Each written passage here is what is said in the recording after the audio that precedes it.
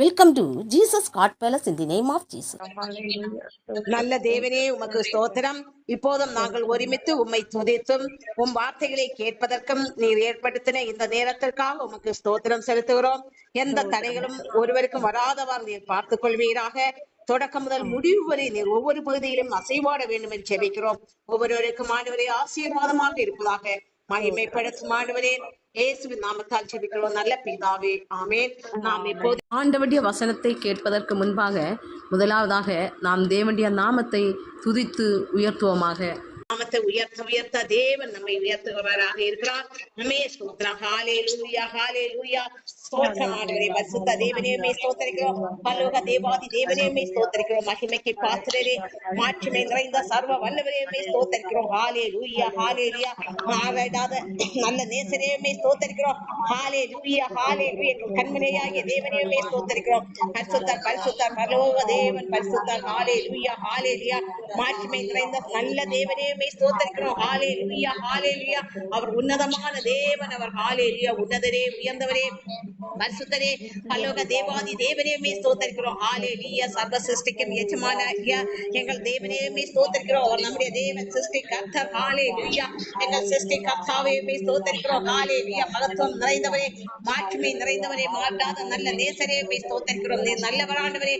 ஹல்லேலூயா ஹல்லேலூயா. எங்கள் வாழ்க்கைக்கு போதுமான நல்ல தகப்பனே ஸ்தோத்திரிக்கிறோம். ஹல்லேலூயா ஹல்லேலூயா. அவர் நல்ல தகப்பனாக நம் வாழ்க்கையில் இருக்கிறாரே. ஹல்லேலூயா. நமக்கு தேவையான ஆலோசனைகளை தந்து நடத்துகிறாரே. நம்மை நேர்மையான பாதையில் நடத்துகிறாரே. நித்திய ஜீவ பாதையில் நடத்துகிற தேவனை ஸ்தோத்தரிப்போம். நரகாக்கினைக்கு விலைக்கு நம்மை பாதுகாக்கிறாரே. ஹல்லேலூயா. அவரை ஸ்தோத்தரிப்போம். ஸ்தோத்தரிப்பார் நல்ல தேவன் அவர். ஹல்லேலூயா ஹல்லேலூயா. நம் மீது நோக்கமாயிருக்கிற தேவன், நாம் நன்றாக வாழ வேண்டும் என்று நோக்கமாயிருக்கிற தேவன். ஹல்லேலூயா ஹல்லேலூயா. நாம் நித்திய ஜீவனை சுதந்திரித்துக் கொள்ள வேண்டும் என்று நோக்கமாயிருக்கிற தேவன். அவருடைய திட்டங்களுக்காக செயல்களுக்காக ஸ்தோத்தரிப்போம். ஹல்லேலூயா ஹல்லேலூயா. வல்லவரே ஸ்தோத்தரிக்கிறோம். நல்லவர் நல்லவர் மகிமையானவர், மாட்சிமை நிறைந்தவரே, கர்த்தத்துவம் நிறைந்த தேவன் அவர். ஹல்லேலூயா ஹல்லேலூயா. ராஜாதி ராஜா கர்த்தாதி கர்த்தர் என்கிற நாமத்தை உடைய சர்வ வல்லவர் அவர். சர்வ வல்லவர். ஹல்லேலூயா ஹல்லேலூயா. மகிமைக்கு பாத்திரரே. ஹல்லேலூயா. சர்வ வல்லவரே ஸ்தோத்தரிக்கிறோம். ஹல்லேலூயா. அவர் சர்வ அதிகாரங்களை உடைய தேவன். ஹல்லேலூயா ஹல்லேலூயா. அவரால் ஆகாத காரியம் ஒன்றுமில்லை. அவர் சர்வ அதிகாரத்தை உடைய தேவன். ஹல்லேலூயா. வல்லவரே யெகோவா தேவனே ஸ்தோத்தரிக்கிறோம். இருக்கிறவராகவே இருக்கிற தேவாதி தேவனே ஸ்தோத்தரிக்கிறோம். இயேசு ராஜாவே ஹல்லேலூயா ஹல்லேலூயா. ஸ்தோத்தரிக்கிறோம், துதிக்கிறோம். எங்கள் ஆராதனைக்குரியவரே, எங்கள் புகழ்ச்சிக்குரியவரே ஸ்தோத்தரிக்கிறோம். ஹல்லேலூயா. பரிசுத்தர் பரிசுத்தர் சேனைகளின் கர்த்தர் பரிசுத்தர். இப்போது நம் மத்தியில் அசைவாடி கொண்டிருக்கிற தேவாதி தேவனே ஸ்தோத்தரிப்போம். ஹல்லேலூயா ஹல்லேலூயா. ஆண்டவரே ஸ்தோத்திரம். எங்கள் புகழ்ச்சிக்குரியவரே. ஹல்லேலூயா ஹல்லேலூயா ஹல்லேலூயா. துதிக்கு பாத்திரர் அவர். ஹல்லேலூயா. ஸ்தோத்திரம் ஸ்தோத்திரம் ஆண்டவரே. ஹல்லேலூயா. மகத்துவம் நிறைந்த தேவனே, சர்வ வல்லவரே, இருக்கிறவராகவே இருக்கிற சர்வ வல்லவரே, யெகோவா தேவனே ஸ்தோத்தரிக்கிறோம். அவர் மாறாத நல்ல நேசர். அவரே வழி, அவரே சத்தியம், அவரே ஜீவன். ஆண்டவரே ஸ்தோத்தரிக்கிறோம். வழியின் சத்தியம் ஜீவனுமான தேவனே. ஹல்லேலூயா. உம்மை ஸ்தோத்தரிக்கிறோம் ஆண்டவரே. ஹல்லேலூயா. யாரு புகா ஒளிக்குள் வாசம் பண்ணுகிற தேவாதி தேவனே. ஹல்லேலூயா. ஸ்தோத்திரம் ஸ்தோத்திரம் ஆண்டவரே. நீர் பரிசுத்தர், சேனைகளின் கர்த்தர் பரிசுத்தர், தேவாதி தேவன் பரிசுத்தர். இந்த பரிசுத்தம் உள்ளவர் இனி பரிசுத்தம் ஆகட்டும் என்று நம்மை பரிசுத்த பாதையில் நடத்துகிறாரே. ஹல்லேலூயா ஹல்லேலூயா. அப்படியே இரக்கங்களுக்காக ஸ்தோத்திரம். இரக்கங்களால் நம்மை மீட்டுக் கொண்டாரே. ஸ்தோத்தரிப்போம். ஹல்லேலூயா. நம்மை மீட்ட தேவன். ஹல்லேலூயா. ரட்சிப்பை பெற்றுக்கொள்ள உதவி பண்ணினாரே. ஸ்தோத்தரிப்போம். ஹல்லேலூயா ஹல்லேலூயா. நம்மை கரம் பிடித்து நடத்துகிற தேவன். நம்மை கரம் பிடித்த கல்வாரி நாயகனை ஸ்தோத்தரிப்போம். எங்களை கரம் பிடித்த கல்வாரி நாயகனே, உமது அன்பிற்காக ஸ்தோத்திரம், உமது இரக்கங்களுக்காக ஸ்தோத்திரம் ஆண்டவரே. ஹல்லேலூயா ஹல்லேலூயா. நல்ல தேசராய் எங்கள் வாழ்க்கையில் இருக்கிறீரே ஸ்தோத்தரிக்கிறோம். சர்வ வல்லவரே, சர்வ சிருஷ்டிக்கும் எஜமானனே. ஹல்லேலூயா. ஸ்தோத்திரம் ஸ்தோத்திரம் ஆண்டவரே. நல்ல தேவன் அவர். ஹல்லேலூயா. வல்லவர் வல்லவர் மகிமையானவர். கண்மலை வெடிப்பில் வைத்து நம்மை மறைத்துக் கொள்கிறாரே. ஹல்லேலூயா. துணையாளர் நமக்கு துணை இருக்கிறாரே. ஹல்லேலூயா. ஸ்தோத்திரம். யாருமில்லா நேரத்தில் ஒரு ஊற்ற நண்பனாக இருந்து நம்மை வழி நடத்துகிறாரே. நமக்கு ஆலோசனைகளை தந்து நடத்துகிறாரே ஸ்தோத்தரிப்போம். ஹalleluya ஹalleluya. உளையான சேற்றிலிருந்து நம்மை மீட்டுக் கொண்டாரே, நமக்காக அல்லவோ அவர் பாவ சாபத்தை ஏற்றுக்கொண்டார். அவரை ஸ்தோத்தரிப்போம். ஹalleluya ஹalleluya. ஆண்டவரே நீர் நல்லவர், ஆண்டவரே நல்லவர், இரக்கம் நிறைந்தவரே உம்மை ஸ்தோத்தரிக்கிறோம், கிருபை நிறைந்தவரே உம்மை ஸ்தோத்தரிக்கிறோம், தேவகுமாரனே உம்மை ஸ்தோத்தரிக்கிறோம். ஹalleluya. தேவ ஆட்டுக்குட்டியே, எங்கள் பாவ சாபங்களை சுமந்து தீர்க்க வந்த தேவ ஆட்டுக்குட்டியே உம்மை ஸ்தோத்தரிக்கிறோம். ஹalleluya ஹalleluya.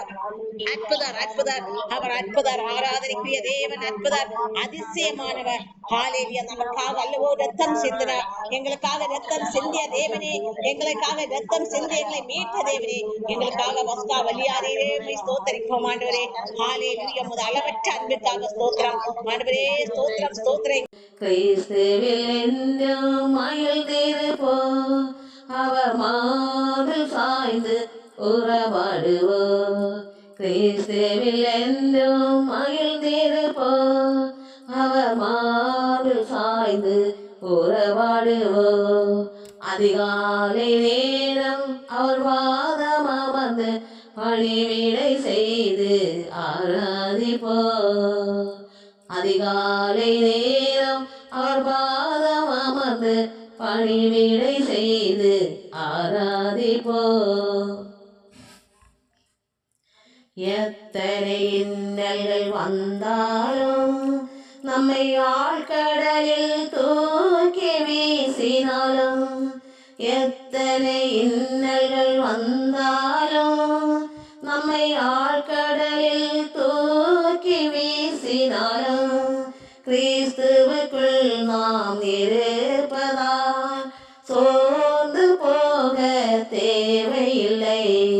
கிறிஸ்துவுக்குள் நாம் இருப்பதால் சோர்ந்து போக தேவையில்லை. கிறிஸ்துவில் என்றும் மகிழ்ந்திருப்போம், அவர் மார்பில் சாய்ந்து உறவாடுவோம். ஊரார் நம்மை பகைத்தாலும், உலகம் வெறுத்து ஒதுக்கினாலும், ஊரார் நம்மை பகைத்தாலும், உலகம் வெறுத்து ஒதுக்கினாலும், கிறிஸ்து நம் சார்பில் இருப்பதால் கலங்கிடவே தேவையில்லை. கிறிஸ்து நம் சார்பில் இருப்பதால் கலங்கிடவே தேவையில்லை. கிறிஸ்துவில் என்றும் மகிழ்ந்திருப்போம், அவர் மார்பில் சாய்ந்து உறவாடுவோம். யோர்தான் நம்மை எதிர்த்தாலும், செங்கடல் வழிவிடாமல் இருந்தாலும், யோர்தான் நம்மை எதிர்த்தாலும், செங்கடல் வழிவிடாமல் இருந்தாலும், திராட்சை செடியில் நாம் படர்ந்திருக்க பயந்து போக தேவையில்லை. திராட்சை செடியில் நாம் படர்ந்திருக்க பயந்து போக தேவையில்லை. கிறிஸ்துவில் என்று மகிழ்ந்திருப்போம், அவர் மார்பில் சாய்ந்து உறவாடுவோம்.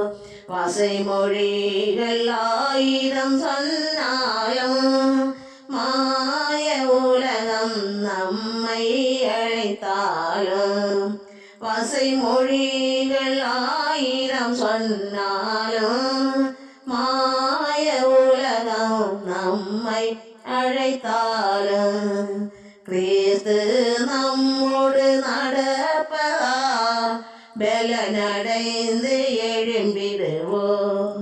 கிறிஸ்து நம்மோடு நடப்பதால் பலனடைந்து எழும்பிடுவோம். கிறிஸ்துவில் என்றும் மகிழ்ந்திருப்போம், அவர் மார்பில் சாய்ந்து உறவாடுவோம். நேராக கடந்து செல்லலாம். நாம் தொடர்ச்சியை பார்க்கலாம். நாம் நேற்றைக்கு பார்த்த அதுக்கு தொடர்ச்சியை நாம் இன்றைக்கு பார்க்கலாம். மத்தேயு 1 அதிகாரம் 21 முதல் 25 வசனங்களை நாம் பார்க்கலாம். அடுத்ததாக லேவியர் அதிகாரம் நாம் அப்புறமாக பார்க்கலாம். இப்போது மத்தேயு எல்லோரும் எடுத்துக்கொள்ளுங்கள். மத்தேயு 1ஆம் அதிகாரம் 21 முதல் 25 வசனங்களை நான் வாசிக்கிறேன். பைபிள் இருக்கிறவர்கள் நீங்களும் எடுத்து விரிவாக எடுத்துக்கொள்ளுங்கள், என்னோடு சேர்ந்து வாசியுங்கள். அவள் ஒரு குமாரனை பெறுவாள், அவருக்கு இயேசு என்று பெயரிடுவாயாக, ஏனெனில் அவர் தமது ஜனங்களின் பாவங்களை நீக்கி அவர்களை ரட்சிப்பார் என்றான். தீர்க்கதரிசியின் மூலமாய் கர்த்தராலே உரைக்கப்பட்டது நிறைவேறும்படி இதெல்லாம் நடந்தது. அவன், இதோ ஒரு கன்னிகை கர்ப்பவதியாகி ஒரு குமாரனை பெறுவாள், அவருக்கு இம்மானுவேல் என்று பெயரிடுவார்கள் என்று சொன்னான். இம்மானுவேல் என்பதற்கு தேவன் நம்மோடு இருக்கிறார் என்று அர்த்தமாம். யோசேப்பு நித்திரை தெளிந்து எழுந்து கர்த்தருடைய தூதன் தனக்கு கட்டளையிட்டபடியே தன் மனைவியை சேர்த்து கொண்டு அவள் தன் முதற் பேரான குமாரனை பெருமளவும் அவளை அறியாதிருந்து அவருக்கு இயேசு என்று பெயரிட்டான். இந்த அதிகாரத்துல நாம பார்க்கும்போது நாம நேற்றைக்கு பார்த்தோம், அங்கே அவள் மரியாள் பரிசுத்த ஆவியினால், இயேசு கிறிஸ்துவின் தாயாகிய மரியாள் பரிசுத்த ஆவியினால், அதாவது அவர்கள் கன்னிகையாய் இருக்கிறார்கள். கன்னிகையாய் இருக்கும் போது திருமணம் நியமிக்கப்பட்ட அந்த நேரத்தில் பரிசுத்த ஆவியின் நிறைவினால் அவர்கள் கற்பம் தரித்தார்கள் என்றும், அங்கே நீதிமானாயிருந்து யோசேப்பு இந்த தகவலை தெரிந்ததனால் அவர்களை ரகசியமாய் தள்ளிவிட அவர் மனதாய் இருந்த நேரத்தில் தேவன் கட்டளையின்படியாக தூதன் அவருடைய சொற்பனத்தில் சென்று, தாவீதின் குமாரனாகிய யோசேப்பே, உன் மனைவியாகிய மரியாளை சேர்த்துக் கொள்ள ஐயப்படாதே, அவளிடத்தில் உற்பத்தியாய் இருக்கிறது பரிசுத்த ஆவியினால் உண்டான குழந்தை என்று அங்கே அவருக்கு தெளிவாக எடுத்து சொல்லப்படுகிறது. அவர் அதை விசுவாசிக்கிறார். யாரு? யோசேப்பு அதை விசுவாசிக்கிறார். அதற்கு பின்பாக நாம பார்க்கலாம், அவள் ஒரு குமாரனை பெறுவாள். அது யாரு சொல்கிறது? அந்த தேவதூதன் சொற்பனத்தில் யோசேப்பிடம் சொல்லுகிறார். அவள் வயிற்றில் உருவாக்கி இருக்கிற பரிசுத்த ஆவியினால் உருவாகி இருக்கிற அந்த குழந்தை எப்படிப்பட்டது? அது அவள் இயேசு என்று நீ பெயரிடுவாயாக, அந்த குழந்தைக்கு நீ இயேசு என்று பெயரிட வேண்டும் என்றும் அங்கே யோசேப்புக்கு அவர் கட்டளையிடுகிறார். எப்படிப்பட்ட எந்த பெயரு தான் கொடுக்க வேண்டுமா? இயேசு என்றுதான் பெயரிட வேண்டும். அவள் ஒரு குமாரனை பெறுவாள், அவருக்கு இயேசு என்று பெயரிடுவாயாக, ஏனெனில் அவர் தமது ஜனங்களின் பாவங்களை நீக்கி அவர்களை ரட்சிப்பார். இயேசு என்று ஏன் பெயரிட வேண்டும் என்றால், அவர் மனிதனாக வெளிப்பட்டு இயேசு என்ற பெயரில் ஏன் வெளிப்படுகிறார் என்றால், அவர் ஜனங்களுடைய பாவங்களை அவர் தானே சுமந்து கொள்கிறார். அவர் ஒரு ஆட்டுக்குட்டியாக அங்கு வெளிப்படுகிறார். ஆட்டுக்குட்டி எதற்காக பலியிடப்பட்டது? நம்ம அங்கே யாத்ராகமத்திலும் லேவியர்ல எல்லாம் பார்த்து கொண்டிருக்கிறோம். ஆட்டுக்குட்டி அந்த காலத்தில் பலிக்காக ஆடை பலி கொடுத்தார்கள் என்று. இங்கே அது பாவ நிவர்த்திக்காக அங்கே பலி கொடுக்கப்பட்டது என்று நாம பார்த்தோம். இங்கே நம்முடைய தேவனாகிய கர்த்தர் ஒரு தேவ ஆட்டுக்குட்டி. அவர் அந்த தேவ ஆட்டுக்குட்டியாகிய தேவன் நம்முடைய பாவங்களை சுமந்து தீர்ப்பதற்காக, ஒரே தரம் அவர் சுமந்து தீர்ப்பதற்காக வருஷம் அங்கே பலியிட தேவையில்லை. ஆகையினால் அவர் தனது ரத்தத்தை சிந்துவதற்காக அவர் மாம்சமாய் வெளிப்படுகிறார். பாருங்கள், ஏசாயா 7ஆம் அதிகாரம் 14ஆம் வசனத்தில் பார்க்கும்போது அங்கே முன்னறிவிக்கப்படுகிறது.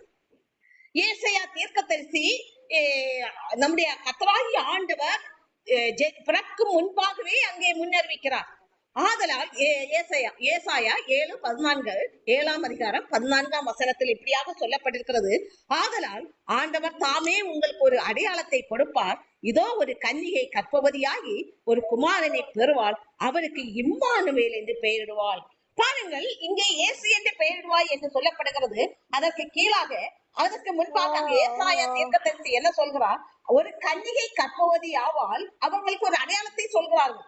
என்ன அடையாளம்? தேவன் வருவார், மனுஷனாக பிறப்பார் என்று அங்கே ஒரு அடையாளம் முன்வைக்கப்படுகிறது. தேவன் எந்த காரியத்தை செய்ய வேண்டும் என்றாலும், இந்த உலகத்தில் எந்த காரியத்தை செய்ய வேண்டும் என்றாலும் அவர் முன்னறிவிக்கிறவராக இருக்கிறார். முன் அறிவித்து விட்டுதான் அவர் அந்த காரியங்களை செயல்படுத்துகிறார். இப்ப என்னுடைய வாழ்க்கையிலே இருக்கும் போதும், என்னை அழைக்கும் முன்பு, இந்த ஊழியத்திற்காக தேவன் என்னை அழைக்கும் முன்பாகவே எனக்கு முன்னறிவிக்கப்பட்டது. எனக்கு அவர் கனவில் வருவார், ஏதாவது ஒரு அடையாளம் நமக்கு கொடுக்கப்படுகிறது. இப்படி அவர் கனவில் வருவார். அநேக தரங்கள் அவர் கனவில் வந்திருக்கிறார். அடுத்ததாக அவருடைய வார்த்தைகள், வசனம் எனக்கு கொடுக்கப்பட்டது. நான் புறமதத்தில் இருந்தாலும் அவருடைய வசனங்கள் எனக்கு தெளிவாக திடீரென்று என் பார்வையில் படும்படியாக ஏதோ ஒரு விதத்தில் எனக்கு கொடுக்கப்பட்டு கொண்டிருந்தது.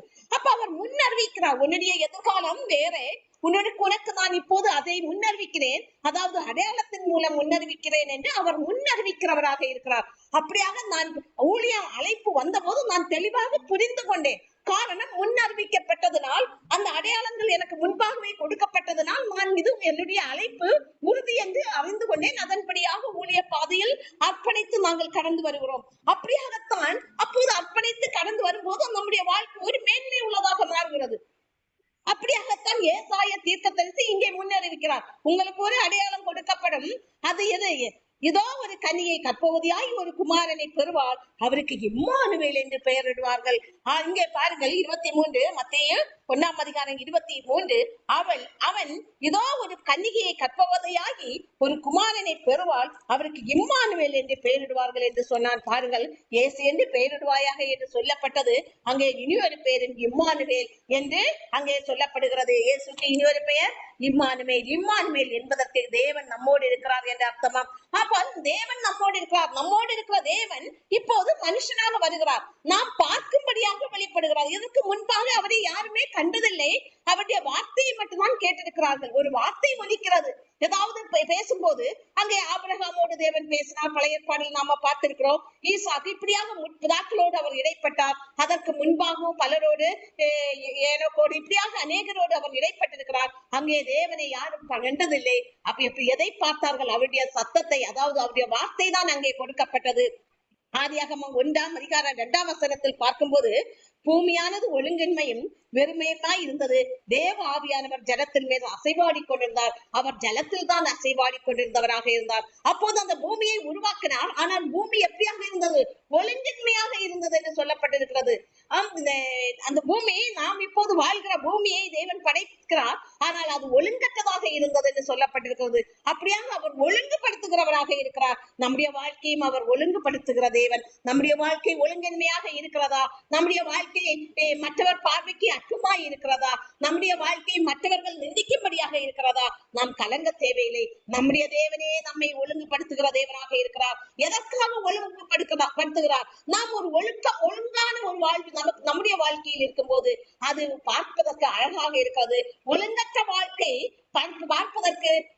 பார்ப்பதற்கு நன்றாக இருப்பதில்லை. ஆகையினால் தான் தேவன் அந்த பூமி ஒழுங்கின்மையாகவும் வெறுமையாக இருந்தது. ஒழுங்கின்மையாக இருந்தால் அது அந்த வாழ்க்கை, அதாவது அந்த பூமி வெறுமையாக இருக்கிறது. பாருங்கள், ஒழுங்கின்மை வெறுமையாக இருந்தது. அங்கே தேவ ஆவியானவர் அசைவாடி கொண்டிருந்தார். அப்ப ஒரு ஒழுங்கற்ற இடத்தில் நம்முடைய வாழ்க்கையிலும் ஒரு ஒழுங்கில்லை என்றால் அந்த இடம் வெறுமையாக இருக்கும். ஒரு வெற்றிடம், ஒரு வெறுமை, அங்கு ஒரு சமாதானம் இருக்காது, ஒரு சந்தோஷம் இருக்காது.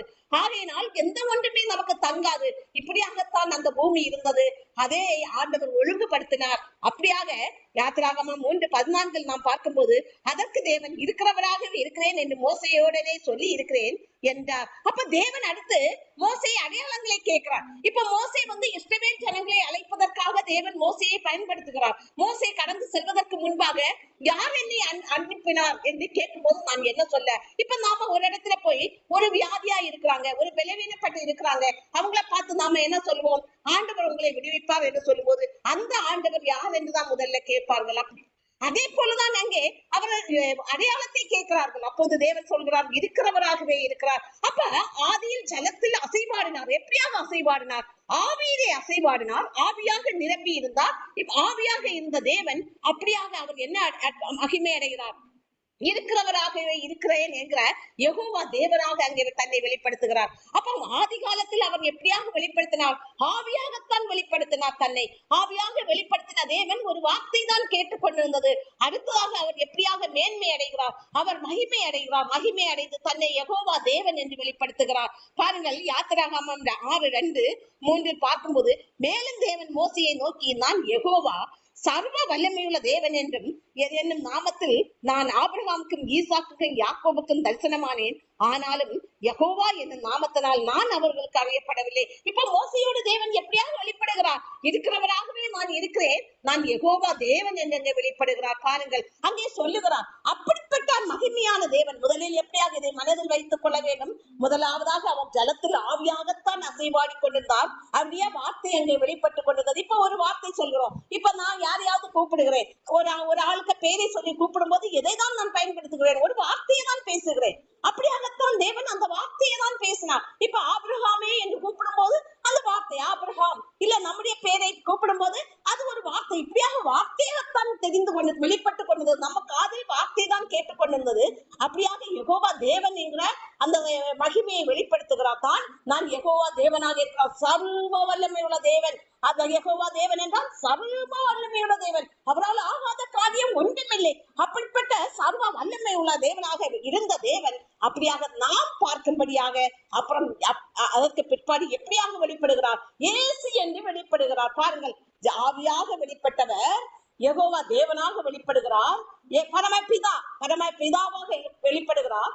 அடுத்ததாக யாவரும் பார்க்கும்படியாக மாம்சத்தில் அந்த தேவன் எப்படியாக வெளிப்படுகிறார்? இயேசு என்கிற பெயரில் வெளிப்படுகிறார். இயேசு என்ற பெயரில் அவர் எதற்காக வெளிப்படுகிறார்? நம்முடைய பாவத்தை ஏற்றுக்கொள்வதற்காக, நமக்கு சமாதானத்தை தருவதற்காக. யோவான் 1:14 பார்க்கும்போது அந்த வார்த்தை மாம்சமாகி கிருபையினாலும் சத்தியத்தினாலும் நிறைந்தவராய் நமக்குள்ளே வாசம் பண்ணினார். அதான் அங்கே ஒரு கன்னிகையின் வயிற்றில் அவர் பரிசுத்த ஆவியினால் அங்கே நிரப்பப்படுவார். பரிசுத்த ஆவியினால் அங்கே உட்பவாகும். அப்ப ஆவியில் அசைவாடினார் என்று பார்க்கிறோம். அந்த ஆவியானவர் இங்கே கன்னிகையின் வயிற்றில் எப்படியாக உருவாகிறார்? ஒரு மாம்சத்தில் வெளிப்படும்படியாக உருவாகிறார். அவர் ஆதியிலே வார்த்தையாய் வெளிப்பட்டுக் கொண்டது. ஆவியாய் அசைவாடி வார்த்தையாய் வெளிப்பட்டுக் கொண்டிருந்த தேவன் அந்த வார்த்தை, இங்க பாருங்கள், அந்த வார்த்தை மாம்சமாய் வெளிப்படுகிறது.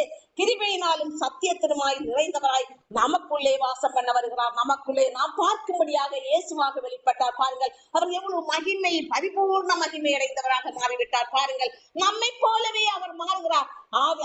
ஆத்மா சரீரம், நம்முடைய மனித உடலுக்குள் என்ன இருக்கிறது? ஆவி இருக்கிறது, ஆத்மா இருக்கிறது, நாம் மாம்சமாய் இருக்கிறோம். ஆனால் தேவன் ஆவியாக அசைவாடினார். யெகோவா தேவனாக, பரம பிதாவாக, பரமாத்மா ஆத்மா என்கிற இதில் பரமாத்மாவாக அங்கே மகிமையில் இருக்கிறவராகவே இருக்கிற யெகோவா தேவன் என்கிற மகிமையில் வீற்றிருந்தார். அந்த தேவன் அதற்கு பின்பு அந்த பரிசுத்த ஆவியானவர் மாம்சத்தில் வெளிப்பட்டார். பாருங்கள், தேவன் எவ்வளவு பரிபூர்ணமான தேவன். பாருங்கள், அவர் பரிபூர்ணம் அடைகிறார். நாம் பார்க்கும்படியே அவர் வெளிப்படுகிறார்.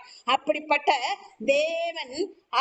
தேவனை தான் கன்னிகையின் வயிற்றில் அங்கே உற்பத்தி ஆகிறார். அப்படியாக அவர் யோசேப்பு என்ன பண்ணுகிறார்? அதை அந்த தேவதூதன் சொன்ன போது அதை ஏற்றுக்கொள்கிறார். பாருங்கள், ஏற்றுக்கொண்டு விசுவாசிக்கிறார். இப்ப தேவனுடைய வார்த்தை நமக்குள் கடந்து வரும்போது அந்த பரிசுத்த ஆவியினால் அது நிரப்பப்பட்டு வருகிற வார்த்தையாக இருக்கும் போது அது நமக்கானது என்று நாம் புரிந்து கொள்ள வேண்டும்.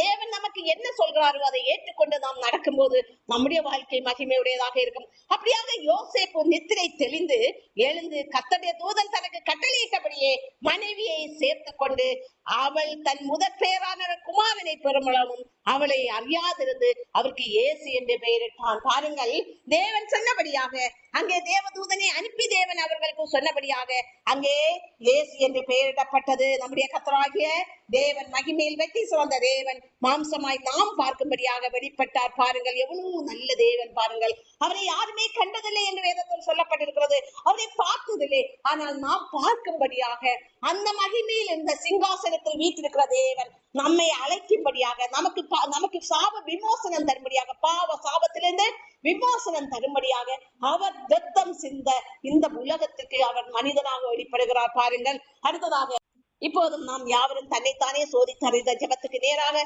கடந்து செல்லலாம். அமே ஸ்தோத்திரம் ஆண்டவரே, காலையிலிருந்து இந்நேரம் வரை நாம் எப்படியாக தேவனுக்கு முதலிடம் கொடுத்தோம்? நாம் ஏன் தன்னைத்தானே சோதித்தறிகிற ஜெபத்தை நாம் ஏறெடுக்க வேண்டும்? இத்தனை நாட்களாக நாம் அதை ஒவ்வொரு நாளும் இதாய்விடாமல் செய்து கொண்டிருக்கிறோம். நம்மை ஆராய்ந்து பார்க்க வேண்டும். நாம் தேவனுக்கு முன்பாக நிற்க தகுதி உள்ளவனா?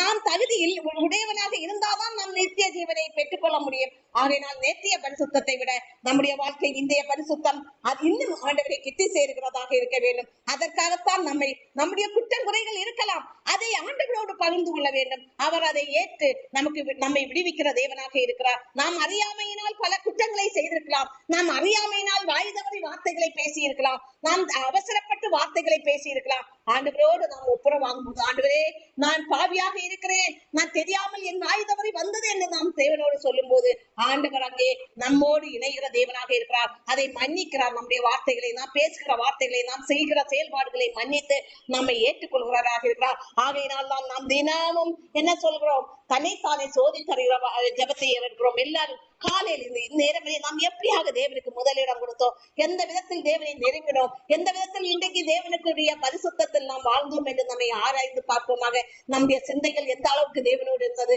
நம்முடைய செயல்கள் எந்த அளவுக்கு தேவனோடு இருந்தது. அவரின்றி நம்முடைய வாழ்க்கையில் வேற யாதொன்றும் இல்லை, அவரே நம்முடைய வாழ்க்கை. ஆகையினால் நித்திய ஜீவனை தருகிற ஜீவ ஒளியாகிய தேவனை நாம் எந்த அளவுக்கு சார்ந்து கொண்டோம் என்று நம்மை ஆராய்ந்து பார்ப்போமாக. எந்த இடத்தில் நாம் குறைவுள்ளவர்களாக இருந்தோமோ அந்த இடத்தில் நாம் சரி செய்து கொள்வோமாக. தேவனோடு பேசுங்கள். ஆண்டவரே நான் இதில் சரியில்லாமல் இருந்தேன், என்னை நான் ஒப்புரவாக்கிக் கொள்கிறேன் என்று பேசுங்கள். அவர் இரக்கமுள்ள தேவன், பலியே அல்ல இரக்கத்தையே விரும்பினேன் என்று நம்மை மீட்ட தேவன். இப்போது நாம் கல்வாரி சிலுவைக்கு நேராக நம்மை திசை திருப்போம். அவருடைய இரத்தம் நம்முடைய சகல குற்றங்களை நிவர்த்தி செய்யும். ஆண்டவருக்கு பிரியமில்லாத காரியங்களை நிவர்த்தி பண்ணும். அவருடைய இரத்தம் நம்முடைய பாவங்களை சுத்திகரிக்கும். நம்முடைய குடும்பத்தில் நமக்கு ஏற்பட்ட சாபங்களை நிவர்த்தி செய்யும். ஆகையினால் இப்போது அவருடைய இரத்தத்தால் நம்மை நிரப்புவோமாக. ஆண்டவரே உமது இரத்தம் எங்கள் குடும்பத்தை பரிசுத்தப்படுத்தட்டும், எங்களை பரிசுத்தப்படுத்தட்டும். எங்களுக்காக சிந்திய இரத்தம் ஆண்டவரே, எங்களை விடுவிக்கும்படியாக சிந்திய இரத்தம், எங்கள் வாழ்க்கையில் வெற்றியை தரும்படி சிந்திய இரத்தம் ஆண்டவரே, இப்போது எங்கள் குடும்பங்களிலும் எங்களுக்குள்ளும் பாய்ந்து வருவதாக. இப்போது தேவைகளுக்காக ஜெபம் பண்ணுங்க. எல்லா தேவைகளையும், உங்கள் வேதனைகள், உங்கள் கஷ்டங்கள் எல்லாவற்றையும் தேவனோடு எடுத்து சொல்லுங்க. அவர் எல்லாவற்றுக்கும் பதிலை தருகிற தேவனாக இருக்கிறார். ஆண்டவரே இப்போது ஏறெடுக்கிற விண்ணப்பங்களுக்கு நீர் பதிலை தர வேண்டும் என்று ஜெபிக்கிறோம். ஆண்டவரே ஹல்லேலூயா. ஒவ்வொரு விண்ணப்பங்களுக்கும் பதிலை தாருங்க. கிருபையால் நேசிக்கிற நல்ல தேவனே, இப்போது எங்களோடு இடைவெளிவீராக. ஆமென். உமது பிரசன்னத்தால் எங்களை நிரப்புவீராக. ஆமென். குடும்பங்களில் உமது பிரசன்னம் கடந்து செல்லட்டும் ஆண்டவரே. திருமணத்துக்காக ஜெபிக்கிறவர்களுக்காக ஜெபிக்கிறோம். அவர்கள் ஏற்ற வரன்களை நீர் ஆயத்த பண்ணுவீராக. அவர்களுடைய எதிர்கால வாழ்க்கை சமாதானத்துக்கு ஏதுவாய் அமையும்படியாக அவர்களுக்கு ஆயத்த பண்ணி கொடுப்பீராக. கடன் பிரச்சனையோடு ஜெபிக்கிறவர்களுக்காக ஜெபிக்கிறோம். அவர்களுக்கான கடன் பிரச்சனையிலிருந்து மீண்டும் வெளியே வர நீர் உதவி பண்ணுங்க. அதற்கான பண தேவைகளை நீர் பூர்த்தி பண்ண வேண்டும் ஜெபிக்கிறோம். சரீர பலவீனத்துக்காக ஜெபிக்கலாம். சரீர பலவீனமாய் இருக்கிறவர்களுக்கு ஒரு விடுதலையை கட்டளையிடுவீராக. அவர்களுக்கு எந்த இடத்தில் பலவீனப்பட்டு போனதோ ஆண்டவரே அந்த இடத்தில் உமது வல்லமை பாய்ந்து செல்லட்டும் ஆண்டவரே. ஒரு விடுதலையை இயேசுவின் நாமத்தால் அவர்களுக்கு கட்டளையிடுகிறோம். ஆமென். ஸ்தோத்திரம் ஆண்டவரே. பலப்படுத்தும் ஆண்டவரே. இன்னைக்கு அநேக சுகர், பிபி, பிரஷர் இப்படிப்பட்ட ப்ராப்ளங்கள் இருக்கிறது. அதற்காக நாம ஜெபிக்கலாம். சுகர்ல இருந்து விடுதலையாக, பிரஷர், உப்பு இப்படிப்பட்ட பல வியாதிகள் இதுல இருந்தெல்லாம் விடுதலையாக நாம ஜெபிக்கலாம். ஆண்டவரே ஸ்தோத்திரம் ஆண்டவரே. சுகர் வியாதியிலிருந்து விடுதலையாகும்படி நீர் உதவி பண்ணுங்க ஆண்டவரே. இன்னைக்கு எல்லாரும் நினைத்திருக்கலாம் இது என்னுடைய வாழ்க்கையில் நிரந்தரமாய் உள்ள ஒரு வியாதி என்று. அது நிரந்தரம் கிடையாது. தேவனால் ஆகாதது ஒன்றுமில்லை. அது ஆண்டவர் கரம் வைக்கும் போது, நம் மீது கரம் தொடும்போது அது உடனே நீங்கி போகும். நம்முடைய வாழ்க்கையில் அது திரும்பி அது வராது. அப்படிப்பட்ட வல்லமை உள்ள, சர்வ வல்லமை உள்ள தேவன் இப்போது கேளுங்க. ஆண்டவரே என்னை விடுவியும், இந்த தீராத நோய் என்று சொல்லி இருக்கிற இந்த வியாதியிலிருந்து விடுவியும் என்று கேளுங்க. அவர் விடுவிக்கிற தேவன். ஹல்லேலூயா. ஸ்தோத்திரம் ஆண்டவரே. ஆண்டவரே ஸ்தோத்திரம். சிறு பிள்ளைகளை உமது கருத்தில் கொடுக்கிறோம். பாதுகாத்துக் கொள்ளுங்க. சிறு பிள்ளைகளுக்கு இன்னைக்கு பாதுகாப்பு இல்லை. வாலிப பிள்ளைகளுக்கு பாதுகாப்பு இல்லை. யாருக்கு இந்த உலகத்துல பாதுகாப்பற்ற உலகத்துல நம்ம வாழ்கிறோம். நம்முடைய பாதுகாப்புக்காக ஜெபம் பண்ணுங்க. ஆண்டவரே ஸ்தோத்திரம் ஆண்டவரே. வாலிப பிள்ளைகள் மாய உலகில் சிக்கி தவிக்காதவர் வேலையடித்து பாதுகாத்துக் கொள்ளுங்க. இந்த வசனங்களை அனுப்பி அவர்களை நீர் மூடி மறைக்க வேண்டும் என்று ஜெபிக்கிறோம். படிக்கிற பிள்ளைகள் போதை பழக்கங்களுக்கு அடிமையாகிறார்கள். ஆண்டவரே அவர்களை விடுவீங்க. அவர்கள் போதை பழக்கங்களுக்கு அடிமையாகாதவாறு வேலையடித்து நீர் பாதுகாத்துக் கொள்ள வேண்டும் என்று ஜெபிக்கிறோம். ஸ்திரீகள், புருஷர்கள் ஒவ்வொருவரையும் பாதுகாத்துக் கொள்ளுங்க. அதே போல் தொலை தூரங்களில் இருக்கிறவர்களையும் கரத்தில் கொடுக்கிறோம். அவர்களை பாதுகாத்துக் கொள்ளுங்க ஆண்டவரே. அவர்களுடைய ஒவ்வொருவருடைய கையின் பிரயாசத்தை ஆசீர்வதிங்க. இங்கே ஜபத்தில் கலந்து கொண்ட ஒவ்வொருடைய கையின் பிரயாசத்தை ஆசீர்வதிங்க. உம்முடைய நன்மைகளால் குடும்பங்களை முடிசூட்டுங்க ஆண்டவரே. ஆண்டவரே நீர் வேதத்தில் சொல்லி இருக்கிற என்னுடைய நன்மைகளால் நான் ஒவ்வொருவரை முடிசூட்டுவேன் என்று. ஆண்டவரே உம்முடைய நன்மைகளால் குடும்பங்களை அலங்கரிங்க ஆண்டவரே. தேவைகளை பூர்த்தி பண்ணுங்க. நல்ல புஷ்டியான பரிசுத்தமான ஆகாரத்தால் போஷிக்க வேண்டும் என்று ஜெபிக்கிறோம். இன்னும் ஆண்டவரே குடிப்பழக்கத்துக்கு அடிமையா இருக்கிறவர்களை உமது கரத்தில் கொடுக்கிறோம். அதுல இருந்து மீண்டும் வெளியே வர உதவி பண்ணுங்க. குடும்பத்தில் ஒரு ஐக்கியத்தை உருவாக்குவீராக. புருஷன் மனைவிக்குள் ஒரு அன்பு, ஒரு ஐக்கியம் ஏற்படட்டும், ஒரு சமாதானம் ஏற்படட்டும். பிள்ளைகள் பெற்றோர்கள் மத்தியில் ஒரு அன்பு ஏற்படட்டும் ஆண்டவரே. ஒரு ஐக்கியம், ஒரு சமாதானத்தை நீ உருவாக்கி கொடுக்க வேண்டும் செபிக்கிறோம் ஆண்டவரே. ஹalleluya. ரட்சிப்பை பெற்றுக் கொள்ளாதவர்களுக்கு ரட்சிப்பை பெற்றுக்கொள்ளும்படி நீர் உதவி பண்ணுங்க ஆண்டவரே. எல்லாவற்றையும் உமது கருத்தில் கொடுக்கிறோம். இப்போது என்னென்ன தேவைகளுக்காக ஜெபித்துக் கொண்டிருக்கிறார்களோ அவற்றுக்கெல்லாம் நீ ஒரு விடுதலையை கொடுங்க. அந்த விண்ணப்பங்களை ஏற்று பதிலை கட்டளையிட வேண்டும் செபிக்கிறோம். எல்லாவற்றையும் உமது கருத்தில் கொடுக்கிறோம். இரவும் பகலும் உமது பிரசன்ன கிருபை சமாதானம் யாவரோடு இருக்கட்டும். மகிமைப்படுத்தும் ஆசீர்வதியும் இயேசுவின் நாமத்தால் ஜெபிக்கிறோம் ஜீவனுள்ள நல்ல பிதாவே.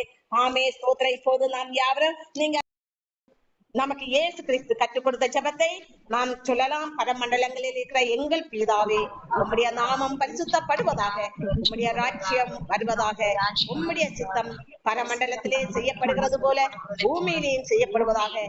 எங்களுக்கு வேண்டிய ஆகாரத்தை இன்று எங்களுக்கு தாரும். எங்கள் கடனாளிகளுக்கு நாங்கள் மன்னிக்கிறது போல எங்கள் கடன்களை எங்களுக்கு மன்னியும். எங்களை சோதனைக்கு உட்பட பண்ணாமல் தீமையிலிருந்து எங்களை ரட்சித்துக் கொள்ளும். ராஜ்யமும் வல்லமையும் மகிமையும் என்றைக்கும் உம்முடையவர்களே. ஆமே. இதுல பாருங்கள், சோதனைக்கு உட்பட பண்ணாமல் தீமையிலிருந்து எங்களை கொள்ளும். பாருங்கள், சோதனை வரும். ஒவ்வொரு நாளும் நமக்கு சோதனைகள் வந்து வரும். அதனால் தேவன் சொல்கிறார், சோதனைக்கு உட்பட பண்ணாமல் தீமையிலிருந்து எங்களை ரட்சித்துக் கொள்ளும் என்று நீங்கள் தினமும் ஜெபம் பண்ணுங்க. அப்போது தேவன் நம்மை சோதனைக்கு உட்பட பண்ணாமல் நம்மை பாதுகாப்பார், தீமைகளுக்கு விலக்கி பாதுகாப்பார். அதான் அங்கே தேவன் சொல்லியிருக்கிற ஜெபம். அடுத்ததாக இப்போதும் நாம் யாவரும் சேர்ந்தே சொல்லலாம். என் ஆத்மாவே கர்த்தரை ஸ்தோத்திரி, என் முழு உள்ளமே அவர் பரிசுத்த நாமத்தை ஸ்தோத்திரி. என் ஆத்மாவே கர்த்தரை ஸ்தோத்திரி, கர்த்தர் செய்த சகல உபகாரங்களை மறவாதே. ஆமென். God bless you.